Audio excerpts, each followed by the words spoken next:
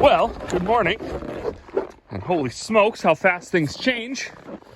So there's been a lot of people chatting about how dry it was gonna be, and how dry it was, and how bare it was, and how we didn't have any snow and we didn't have any winter.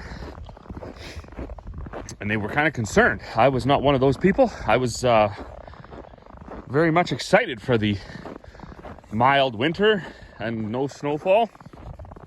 I'm good with rain in the late winter, early mid spring.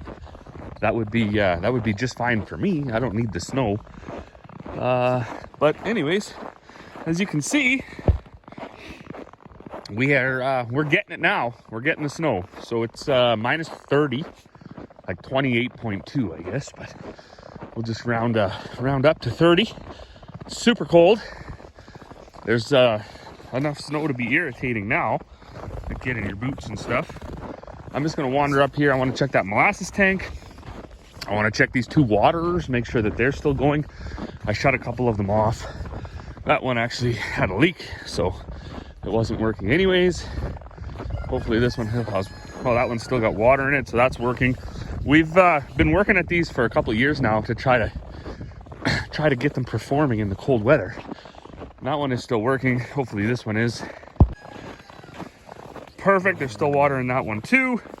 I'm going to go all the way up here. I want to check this barn. This is where them steers and the pony and the llama have been spending most of their time. I shoved a bunch of straw bales in here so they would have a place a little bit more out of the wind, a little bit out of the snow to lay down. My phone's going to die right away. These iPhones just can't take the cold. Hopefully the good folks at Tesla got that figured out for their batteries. All right, so there's still lots of good straw in here. If I get the telehandler fired up, which is my next mission, I think I'll bring a couple more straw bales up, shove them in there. We do have some wicked weather coming here the next couple of days. Two days, supposed to actually go down to about minus 47 with the wind chill. So we want to make sure that these animals are as comfortable and looked after as possible. On the way back to the house here, I'll check the chickens quick. If they've laid any eggs, they'll most likely be frozen already, but we will check it. Well, the old telehandler fired up. It was plugged in, and I definitely find that if the stuff is even in three walls and a roof, so I mean, we never shut these big doors, but if it's out of the wind, out of the snow, and plugged in, it seems to want to go. So I'm assuming the wind chill has a fairly massive effect on the way things start. I can almost guarantee that nothing else is going to start today. Nothing else is plugged in, and to be totally honest with you, I'm kind of okay with that.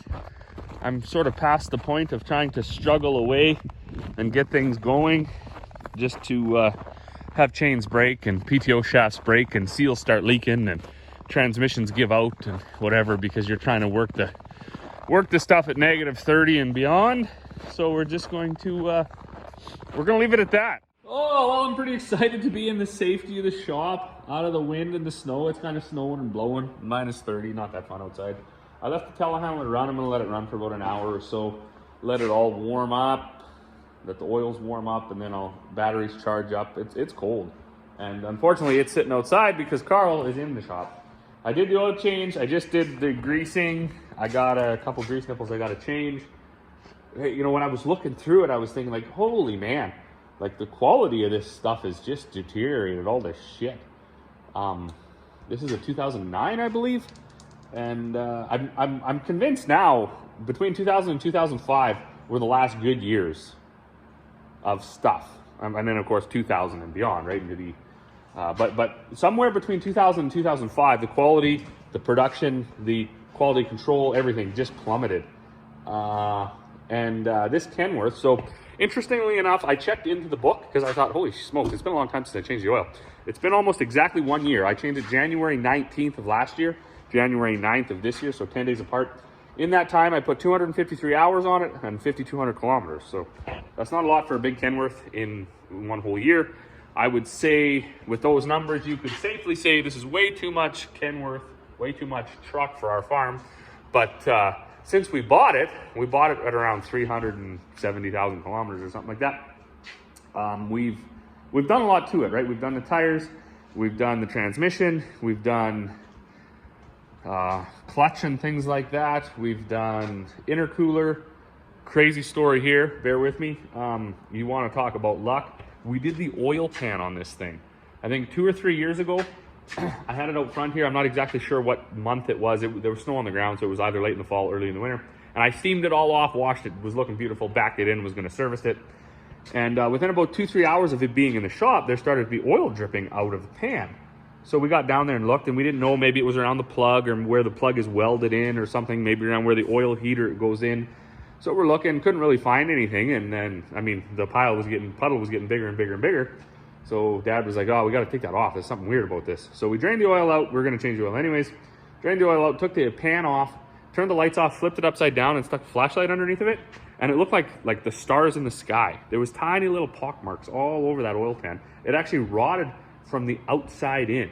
And now, before anybody jumps and be like, well, wash your truck. Yeah, we do wash the truck. And I just told you we put like 5,000 kilometers a year on it. So it shouldn't, right? At 500,000 kilometers, I would think an oil pan wouldn't be rotted off of a highway truck.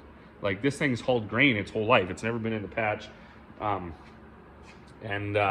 Anyways, lucky. Of course, being the Blooms, it was the first time that anybody had ever heard of this. We talked to some mechanics, asked Kenworth about it, and they're like, oh no, that's never happened. That doesn't happen. About, I don't know, 3 to 4 months after we replaced our oil pan, then some mechanics were like, yeah, no, we're starting to see some of these things come in with leaking oil pans. So I've done some videos on quality control and some on warranty and things like that. These warranties that they give us, farm machinery is brutal because they'll give you like 2 years, a couple hundred hours. Well, you know, like something like our swather, it only has like 600 hours on it in 7 years. Like they're very underutilized, right? You need the machinery for a few days throughout the season, and that's about it. Our Kenworth is no different. So when you're warrantying things, it really shouldn't matter the hours or the kilometers or the years on a Kenworth. If your oil pans rot out, that's just not a good thing, right? I mean, that should be, you know, there should be some coverage, maybe not 100%, but to some extent, they should be like, yeah, okay, we got to look into that. That obviously isn't good. Along with the oil pan, we had this lower rad line rot out. That got replaced. And when I was just greasing this thing, I was looking, the grease nipples are all rotting off. And that's kind of amazing because, like I say, this thing goes from the field to the yard, and then from the yard to the grain elevator, which is effectively all highway with, you know, maybe 20, 30 miles of gravel in a whole entire year. We don't haul when it's muddy. We don't really need to haul when the weather's bad. So this is about as fair weather and as decent of a hauling truck as you could find. And it's just like self-destructing. It's rotting away. We do wash it all the time. Use soap and all that stuff. So I'm not exactly sure what the scoop is there. In some previous videos, I had mentioned that it would be really nice if we could get some provincial, some federal regulators involved to say, look, if you're going to sell a grease nipple in Canada, it can't be made of the cheapest, mildest alloy or whatever you want to call it, metal concoction that you can find to get this grease nipple down to be totally worthless, where you can use it 3 or 4 times and then either the spring inside breaks or the nipple itself falls off or the threads rot off and it falls out. Because that's what we're seeing more and more in the machinery. And if people think that, oh, you know, it's a Kenworth, they don't make the grease nipples. That's true, but you would expect, or at least I would expect, when you're buying these premium brands, and you know, if you have eyeballs in your head and you go on the internet at all, you see that Kenworth is kind of leads the charge as far as trucking forums and things like that. Obviously, it has its haters, but by and large, Kenworth is out top. I mean, they're synonymous with being the best, right? Not dissimilar to John Deere and Ag. I mean, you can have your preference over a combine, but if you ask somebody what color's a combine, they're most likely going to say green, right? John Deere wins. We should all be able to agree on that. So when you're buying these premium brands, you would expect, although I realize they don't basically make anything on the truck except for maybe the Kenworth logo, everything else is aftermarket or sourced parts, you would expect that these premium brands would only source the best. And it seems that they're no longer doing that. They're just sourcing whatever cheapest garbage they can find as well.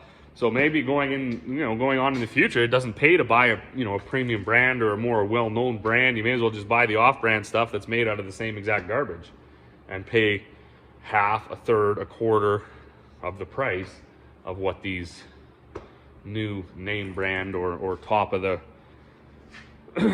category ones are. Anyways, that's about enough of that. I got to go find about 4 or 5 grease nipples to replace these ones that didn't take grease.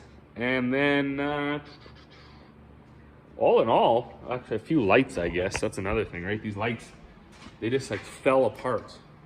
Like the shit just fell off. This block heater, it just rotted off. It just, I had to put another end on it. And of course they used a 20 amp end or whatever. I didn't have one, but I did find another flat bladed one. So even that had to be different. And now because I changed it up, it doesn't fit in that hole. So it's just gonna dangle here, I guess. But I sure wasn't gonna replace the whole entire thing because I think that block heater goes about 3 different places. So anyways, a little bit more work to do. Might clean the cab. Oh, I gotta do windshield wipers, things like that. And then old Carl can go back out to the elements and the telehandler can come back inside.